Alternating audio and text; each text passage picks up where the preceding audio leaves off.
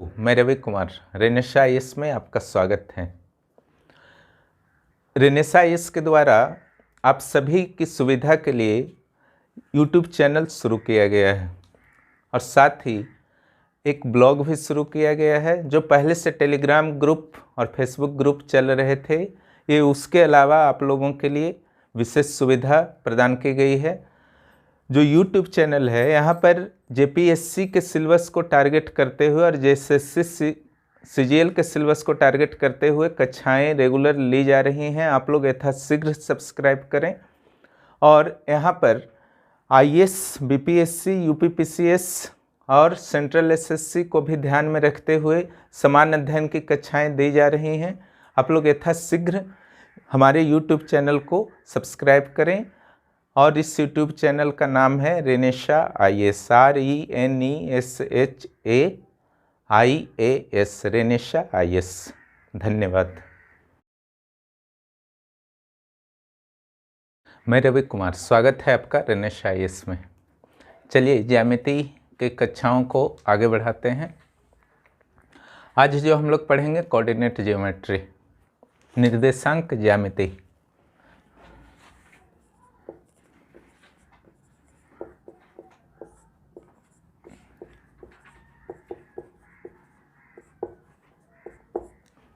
हाल के वर्षों में इस सेक्शन से भी अलग अलग प्रतियोगी परीक्षाओं में प्रश्न पूछे जा रहे हैं, इसलिए इस चैप्टर पर भी आपको कमांड रखना बहुत ज़रूरी है। और यह बहुत ही सॉफ्ट और आसान चैप्टर है, जिस पर थोड़ी सी मेहनत से जो है आप कमांड कर सकते हैं।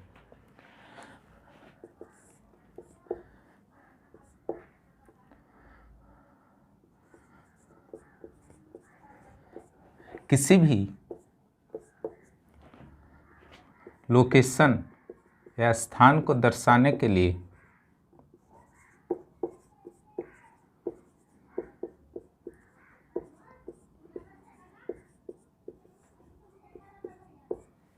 दो लंबिक अक्षों की जरूरत होती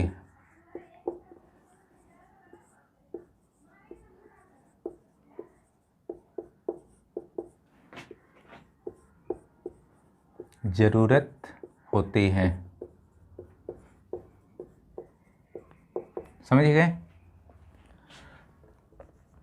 लंबिक अक्ष का अर्थ हुआ एक दूसरे पर लंब होना, ठीक है। दो लंबिक जो अक्ष होते हैं उसमें एक अक्ष को बोलते हैं वाई अक्ष, जो ग्राफ पेपर में आपने बचपन में बनाया होगा, और दूसरे अक्ष को बोलते हैं एक्स अक्ष, ठीक है। जो आप हॉरिजॉन्टल देखते हैं, क्षैतिज अक्ष जो होता है उसको बोला जाता है एक्स अक्ष, और इधर एक्स डैश जो नेगेटिव मान होते हैं उनको इधर दिखाया जाता है, और जो पॉजिटिव मान होते हैं उसको उधर। जैसे -4 दिखाना है तो इधर दिखाया जाएगा, +4 दिखाना है तो इधर दिखाया जाएगा, ठीक है। और जो ये लंबिक यानी कि लंबवत अक्ष जो है, परपेंडिकुलर एक्सिस जो है,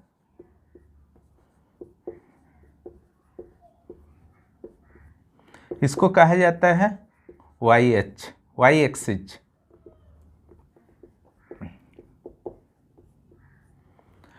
वाई एक्सिस, एक्स एक्सिस, ठीक है। ऊपर इसका प्लस होता है और नीचे डैश दे दीजिए, इट मीन्स माइनस, ठीक है। ये समान परिचय हुआ आपका निर्देशांक ज्यामिति का। अब हम लोग आगे बढ़ते हैं इसमें।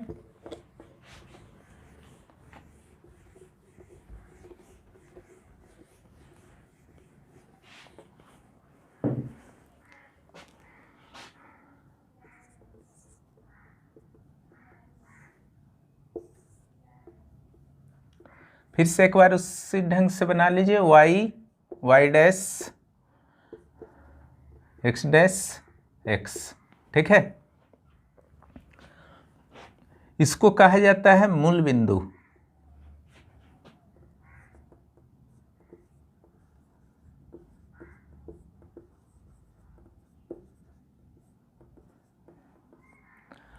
इसको जो है डिनोट किया जाता है 0 0 से, ठीक है।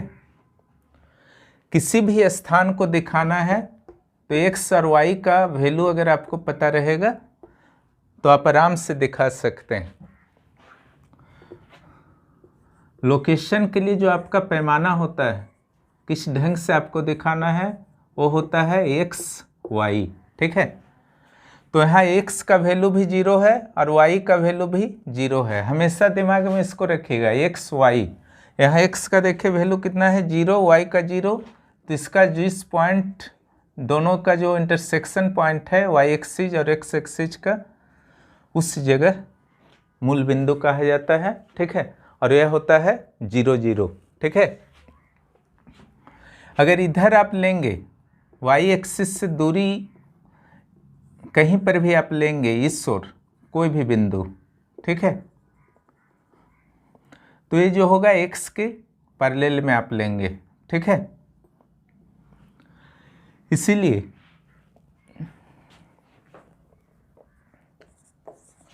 y अक्ष से ली गई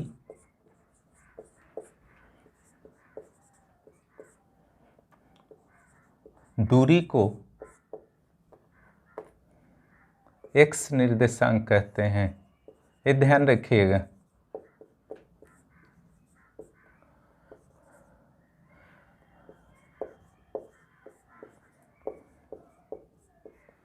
इसको भुज भी बोलते हैं, ठीक है। x निर्देशांक को क्या कहा जाता है? भुज।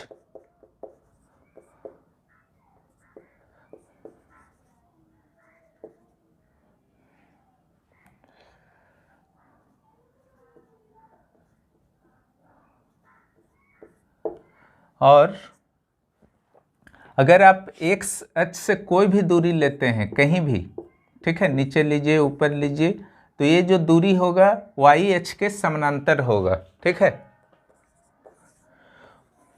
y x अक्ष से ली गई दूरी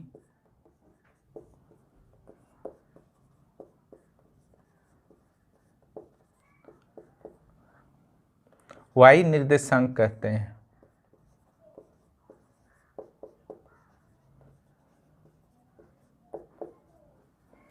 y निर्देशांक को ही कोटि भी कहते हैं, ऑर्डिनेट भी बोलते हैं इसको।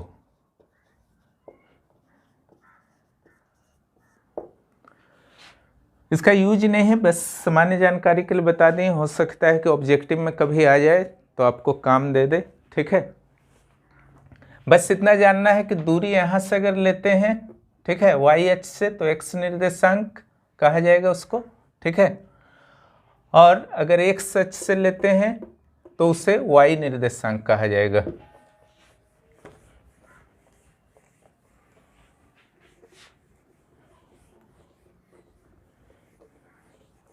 लोग जानते हैं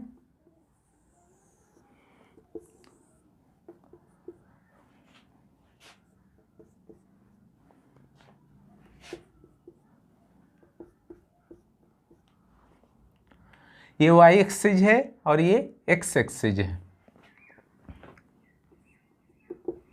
कोई भी बिंदु जिसका x और y, x एक्सिस से दूरी और y एक्सिस से दूरी 0 0 हो, ठीक है, उस केस में वह इसी जगह अवस्थित होगा, ठीक है।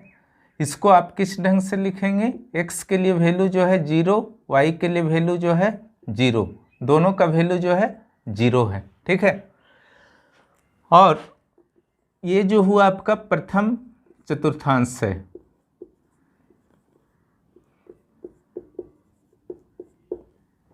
यहाँ पर x और y दोनों का वैल्यू जो होता है प्लस होता है। एक एग्जाम्पल आप ले लीजिए, 5 5, छोटा इसको कर देता हूं, दिखाने में आराम होगा, 3 3, यानी कि इधर भी 3 लेना है प्लस की ओर, ग्राफ में आप लोग बांटे होंगे, तो यहाँ से 1 2 3 और यहाँ से 1 2 3, ठीक है।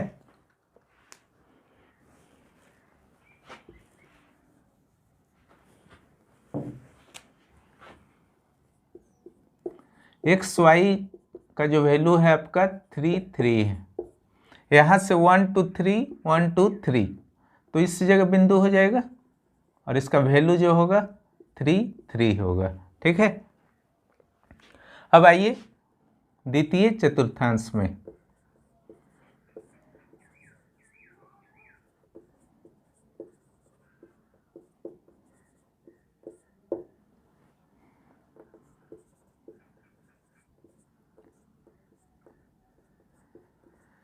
यहाँ जो x का वैल्यू होता है वो माइनस होता है और y का वैल्यू जो होता है वो प्लस होता है, ठीक है। मान लीजिए -3 3 को दिखाना है सेकेंड में, ठीक है।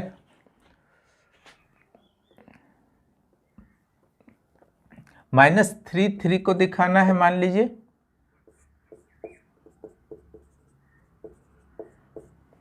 तब करना क्या होगा आपको, -3 है इसलिए उधर अब नहीं लेना है, इधर लेना है 1 2 3, लेकिन y का वैल्यू जो है 3 है, +3, तो इधर ही जाएगा, ऊपर जाएगा। यहाँ से यहाँ देखिए, यहाँ से यहाँ देखिए, जिस बिंदु पर मिला वो होगा -3 3, ठीक है। अब आ जाइए तृतीय चतुर्थांश में।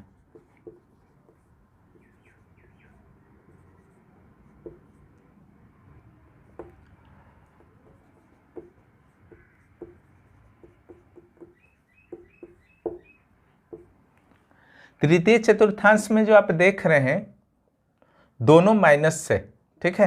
y का वैल्यू भी माइनस से होता है और x का वैल्यू भी माइनस होता है। -3 मान लीजिए,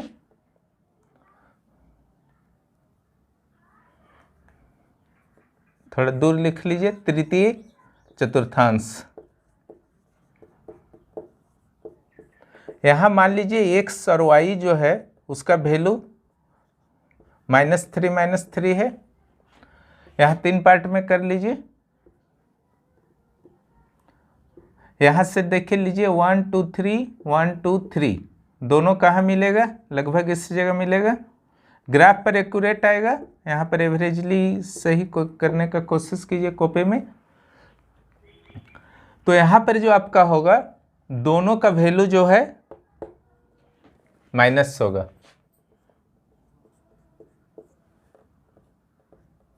दोनों का वैल्यू जो होता है यहाँ पर माइनस होता है।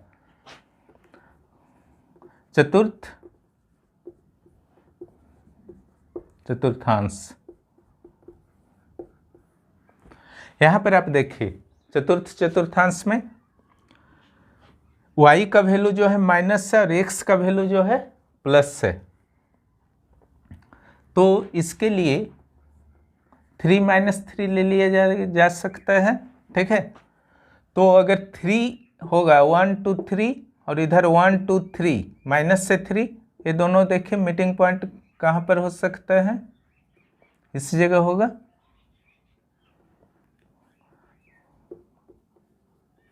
ठीक है। यहाँ जो आपका है एक्स वाई, एक्स जो है प्लस है, वाई जो है माइनस है, ठीक है। तो इस ढंग से अलग अलग चतुर्थांशों में आपको मान को लेना है, ठीक है। क्वेश्चन आपका आ सकता है कि द्वितीय चतुर्थांश में एक्स एक्सिस पर प्लस होता है या माइनस होता है, चतुर्थ चतुर्थांश में क्या होता है, इस ढंग से जो है आपका प्रश्न यहाँ पर बनता है। यहाँ पर जो आपका एक और प्रश्न बन सकता है कि अगर 0 3 दिखाना हो तो कहाँ दिखाइएगा। 0 हो गया x और 3 हो गया y का वैल्यू, ठीक है। चूंकि x का वैल्यू 0 है और y का वैल्यू 0 नहीं है, 0 0 तो यहाँ पे दिखाए थे, तो उस स्थिति में केवल इस जगह पॉइंट ले लेना है, क्योंकि x का जो है वैल्यू 0 होने के कारण इधर नहीं बढ़ पाएगा पॉइंट, ठीक है, इसलिए यहाँ पर होगा 0 3। 0 -3 रहेगा तो कहाँ होगा, नीचे आ जाएगा। x का वैल्यू तो 0 है तो इधर आपका जो है पॉइंट डिस्प्लेस नहीं होगा, तो इस जगह होगा।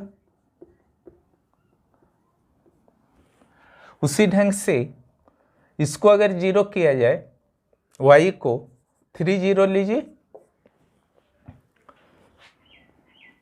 तो x का वैल्यू जो है यहाँ पर 3 होगा, 1 2 3। y का 0 है, ना इधर जाएगा पॉइंट ना इधर जाएगा, तो ये जो पॉइंट होगा 3 0 का पॉइंट होगा।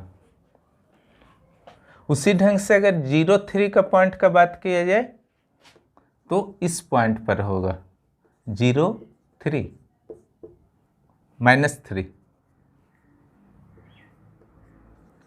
-3 रहेगा तो लेफ्ट की ओर आपका जाएगा, लेकिन चूंकि -3 0 कीजिए इसको,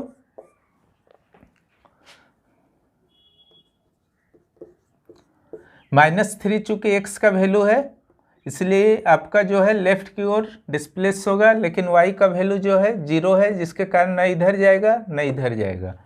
तो इस ढंग से लाइन पर भी आपके पॉइंट्स आ सकते हैं, ठीक है।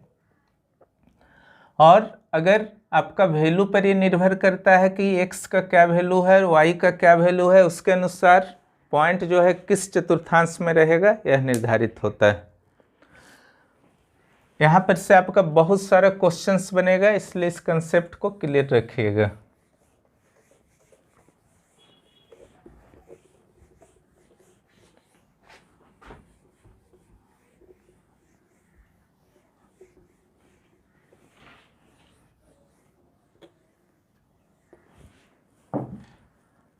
अब निर्देशांक ज्यामिति के कुछ एप्लीकेशंस को देखिए।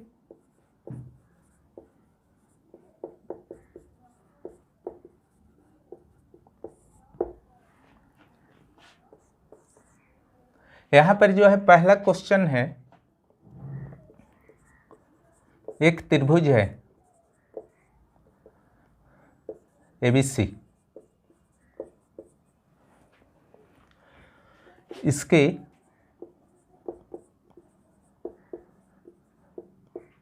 शीर्ष बिंदु का निर्देशांक है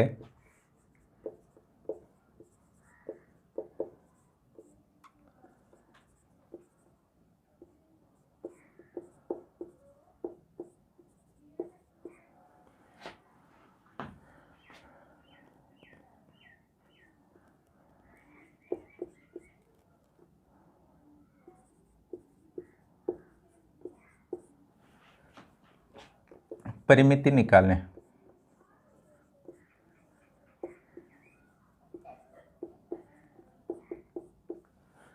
निर्देशांक क्या दिया गया है देख लीजिए। ये जो है आपका 1 7 है, मान लीजिए A का, ठीक है। B का जो है 4 2 है, यहाँ B लिख दीजिए, और यहाँ पर C लिख दीजिए। C का जो है -4 4 है, ठीक है। यानी कि इसका जो वैल्यू है 1 7 है, इसका 4 2 है, और इसका -4 4 है। तो इसका जो है परिमिति निकालना है। तो परिमिति निकालने के लिए आपको पता है तीनों भुजाओं का लेंथ हमको पता होना चाहिए, और तीनों का लेंथ अगर पता हो जाएगा तो इसको हम लोग क्या करेंगे, फिर जोड़ देंगे तो परिमिति आराम से निकल जाएगा।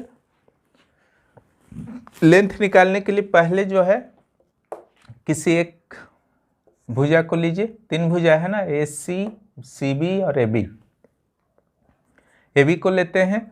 तो लेंथ जब आपका ऑर्डिनेट्स दिया हुआ होता है, यहाँ पर आप देखिए कहाँ पर त्रिभुज बनेगा, 1 और 7 है ना, x है, x डैश है, y है, y डैश है। यहाँ पर 1 और 7 है A, तो तो 1 और 7 आपका कहाँ होगा, x का 1 है, इसका 7 है मान लीजिए, इस जगह आ जाएगा पॉइंट 1 और 7 का, और ये 4 और 2 है, x का वैल्यू जो है 4 है, y का 2 है, मान लीजिए यहाँ आ जाएगा। इसका ज़रूरत नहीं है, सिर्फ समझाने के लिए बता दे रहा हूँ। -4 और 4 है, x का -4 है, इस जगह आएगा, और y का 4 है, ठीक है, तो इस जगह आएगा, ठीक है।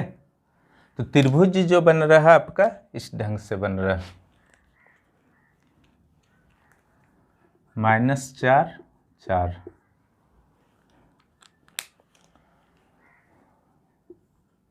त्रिभुज जो बना इस ढंग से बना, ठीक है। ये आप ग्राफ में इस ढंग से, अगर इतना डाटा दिया हो तो ग्राफ में भी आप त्रिभुज को दिखा सकते हैं, ठीक है। यहाँ देखिए AC का वैल्यू कैसे निकाला जाता है।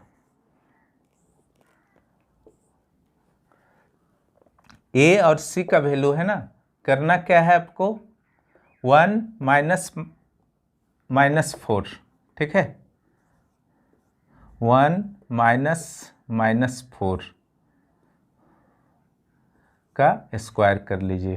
पहला में पहला को घटाइए, ठीक है। AC ये भी का रहता है तो इसको यूज करते हैं, अगर CA करते तो -4 -1 करना पड़ता, ठीक है। इसको चूंकि माइनस करना है, एक और माइनस था, इसलिए यहाँ पर छोटी कोष्ट लेने के लिए दोनों और मिडिल कोष्ट लिया गया है, ठीक है।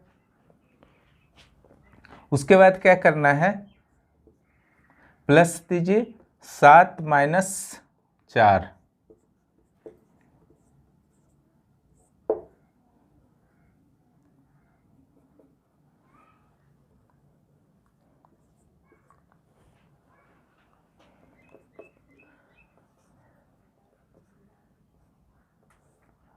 यहाँ पर जो आपको करना है, देखिए माइनस और माइनस प्लस होता है, तो 1 + 4 का होल स्क्वायर, 7 - 4 कितना होगा, 3 हो जाएगा, स्क्वायर 5 स्क्वायर प्लस 3 स्क्वायर, ठीक है।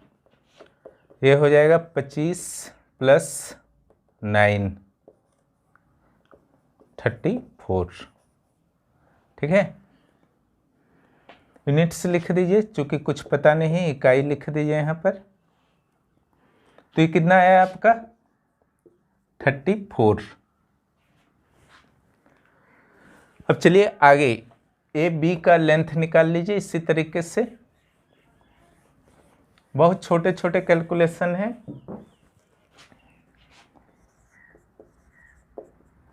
√ओवर पहले दे दिया जाता है, देखिए 1 - 4, यहाँ माइनस का झंझट नहीं है, छोटी कोष्ठी ले लीजिए, स्मॉल ब्रैकेट ले लीजिए, इसको स्क्वायर कीजिए, प्लस कीजिए 7 - 2,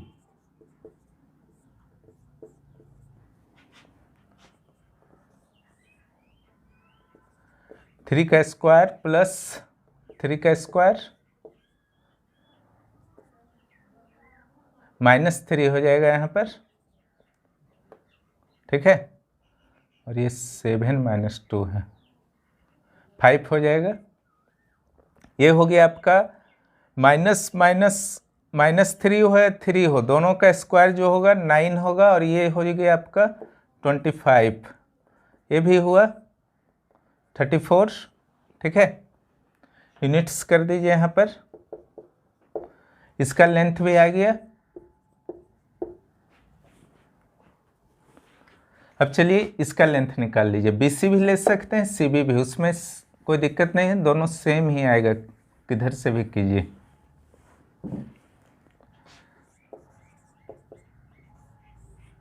यहाँ पर देखिए CB बराबर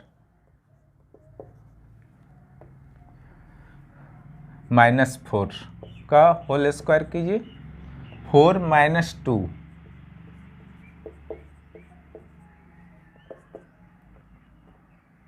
माइनस सेट हो जाएगा। देखिए माइनस माइनस प्लस होता है, 4 4 8 कीजिए, और साइन जो है माइनस से रह जाएगा।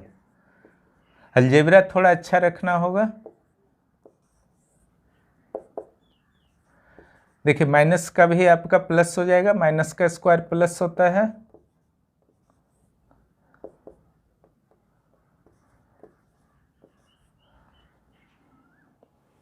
इसका जो लेंथ हो जाएगा यूनिट्स,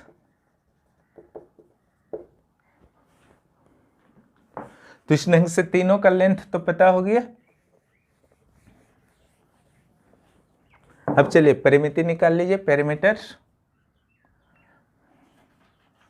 त्रिभुज एबीसी का परिमिति AB plus BC plus AC √34 plus √68 plus √34 units कर दीजिए। ठीक है, पॉइंट्स में समथिंग आएंगे, फिर उनको जोड़ना होगा। फिलहाल केवल समझने के लिए है कि तीनों जोड़ने से तीनों का वैल्यू किस ढंग से निकाला जाता है, उसको दिखाने के लिए मैंने बताया।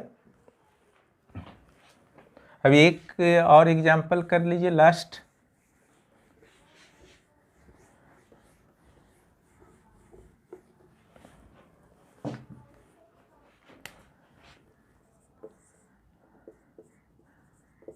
एक चतुर्भुज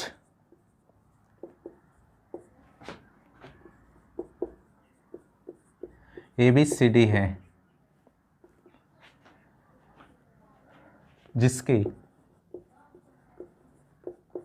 शीर्ष बिंदु हैं, शीर्ष बिंदु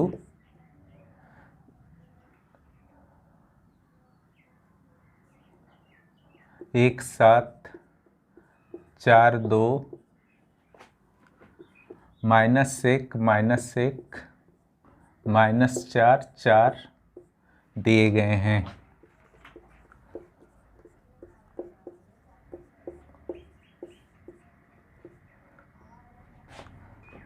तो क्या यह चतुर्भुज वर्ग है?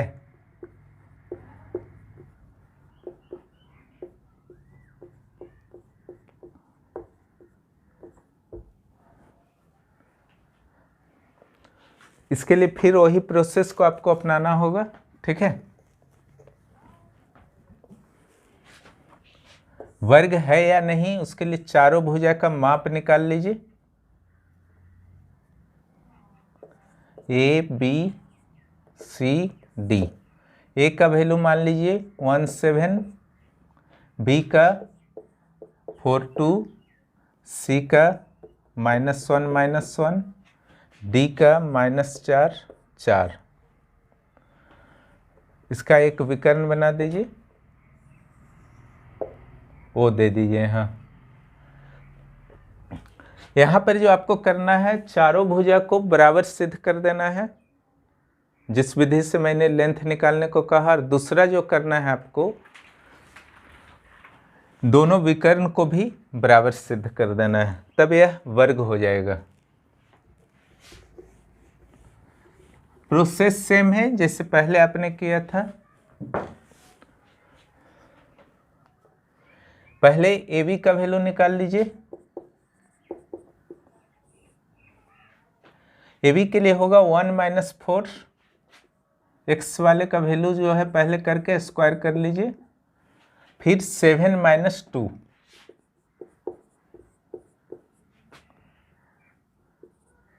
देखिए कितना आया, -3 प्लस 7 - 2 5 का स्क्वायर, ये हो जाएगा आपका 9 प्लस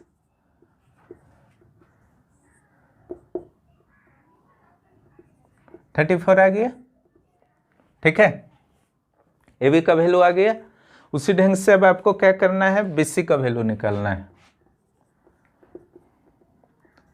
रूट लीजिए, BC में देखिए क्या है, 4 माइनस इधर आ गया है, मिडिल कोष्ट में ले लीजिए, 4 माइनस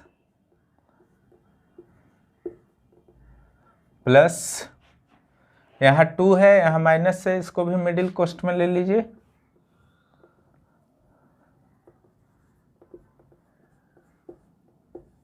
होल स्क्वायर कर दीजिए।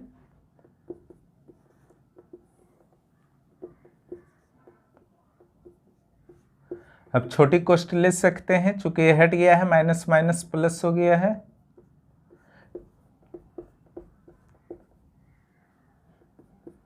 यहां देखिए 4 1 5,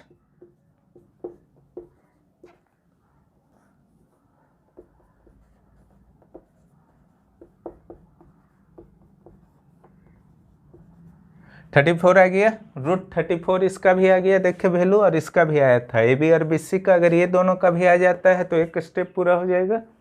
ठीक है, एग्जाम्स के दौरान जो है आप लोग डायरेक्ट छोटे छोटे स्टेप्स को फॉलो करते हुए कर सकते हैं। सारे स्टेप्स को फॉलो अगर मुंह से आप सकते हैं तो बहुत अच्छा है, उसका प्रैक्टिस कीजिए। क्योंकि जो वनडे एग्ज़ाम होता है, अगर आप बाई माउथ जो है बहुत सारे मैथ्स को नहीं बना पाते हैं तो फिर टाइम मैनेजमेंट करना जो है एग्ज़ाम हॉल में काफ़ी दिक्कत होगा। इसके लिए कैलकुलेशन बहुत ज़रूरी है, कमांड रखना कैलकुलेशन पर। दूसरा जो है 1 से 49 तक वर्ग को याद रखिए, और 1 से 29 तक टेबल पहाड़ा को जरूर याद रखिए। CD बराबर क्या हो जाएगा, देखिए पहला -1 है, यहाँ -4,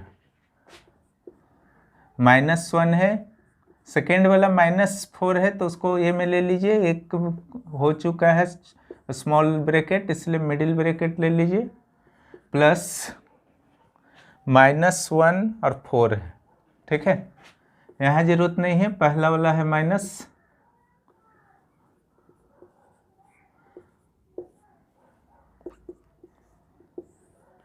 इसको क्या करना है, देखिए -1 माइनस माइनस प्लस हो जाएगा,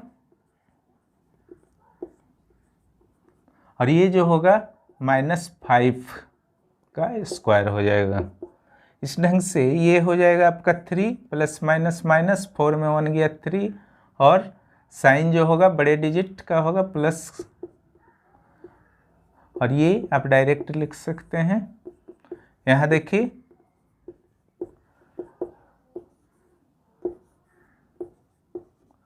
34 यूनिट्स हो गया। ठीक है, CD भी आ चुका है 34, √34।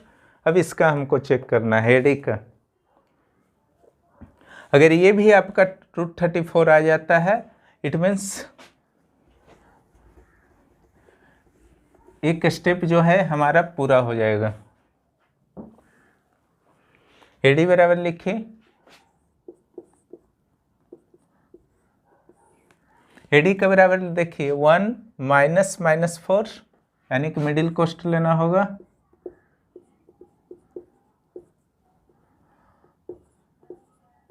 प्लस 7 - 4,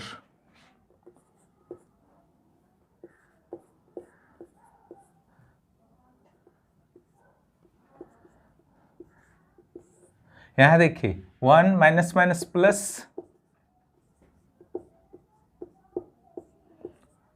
1 + 4 का स्क्वायर प्लस 3 का होल स्क्वायर, 5 का स्क्वायर प्लस 9, 25 + 9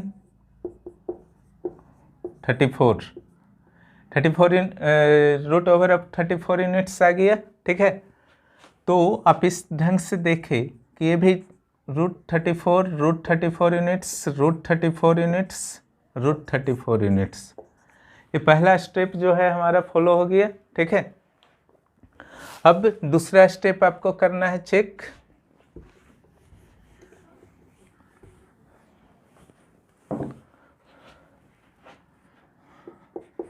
यह स्पष्ट है,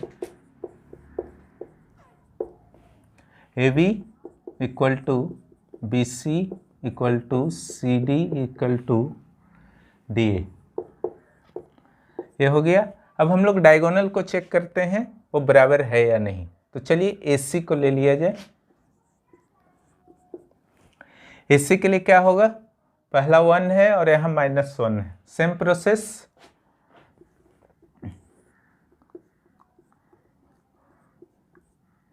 मिडिल कोष्ट ले लीजिए, एक छोटी कोष्ट अंदर आ चुका है इसलिए। दूसरा 7 - 1,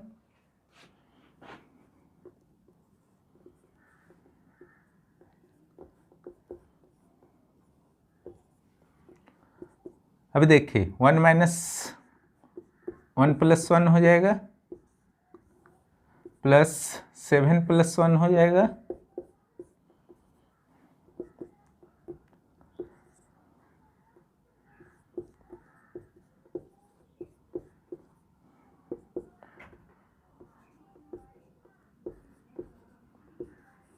ठीक है। ये जो है 4 प्लस 64 आ गया, ये आ गया 68 यूनिट्स आ गया, 4 प्लस 64।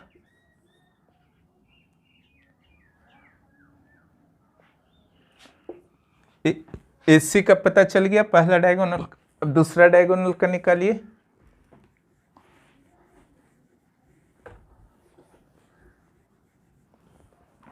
दूसरा डायगोनल जो है आपका BD है,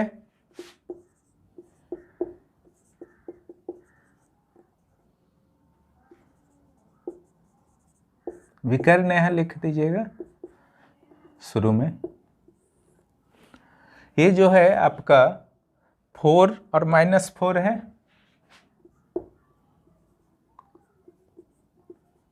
इस ढंग से कीजिए।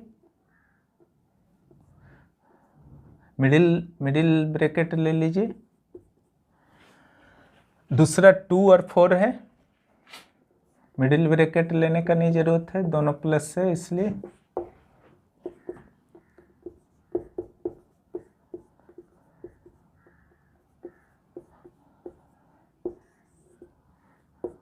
चार 4 8 हो गया, और ये माइनस माइनस प्लस हो जाएगा बाहर आके।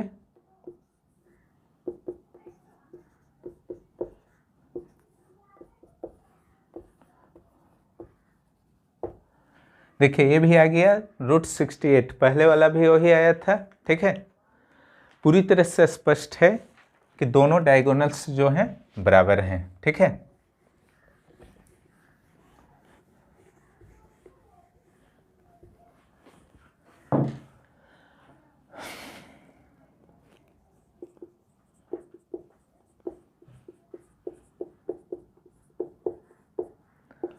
डायगोनल्स इधर साइड्स था, ठीक है।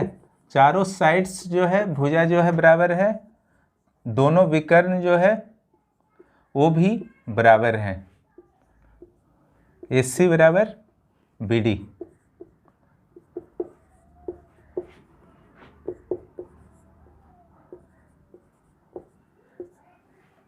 इसलिए ये प्रूफ हो गया।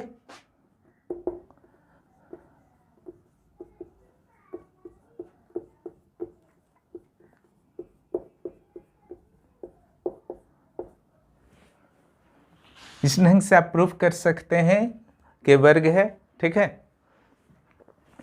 तो आपका अलग अलग ढंग से आपका वैल्यू दिया जा सकता है और लेंथ निकालने को कहा जा सकता है। यह भी कहा जा सकता है कि या तो त्रिभुज का या चतुर्भुज का कुछ शीर्ष पॉइंट्स का ऑर्डिनेट दे दिया जाएगा और कहा जाएगा कि आप सिद्ध कीजिए कि वर्ग है या नहीं, या त्रिभुज है या नहीं, त्रिभुज बन सकता है कि नहीं, ठीक है। कुछ और क्वेश्चंस दे दूंगा, उसको इसी अनुसार जो है आपको प्रैक्टिस कर लेना है। इस ढंग से मैथ्स का क्लास जो है आज समाप्त होता है। इसके बाद एक क्लास और ज्योमेट्री के लिए जाएंगे, उसके बाद समाप्त हो जाएंगे ज्योमेट्री। उसके बाद कुछ नए सेक्शन मैथ्स के शुरू होंगे। धन्यवाद।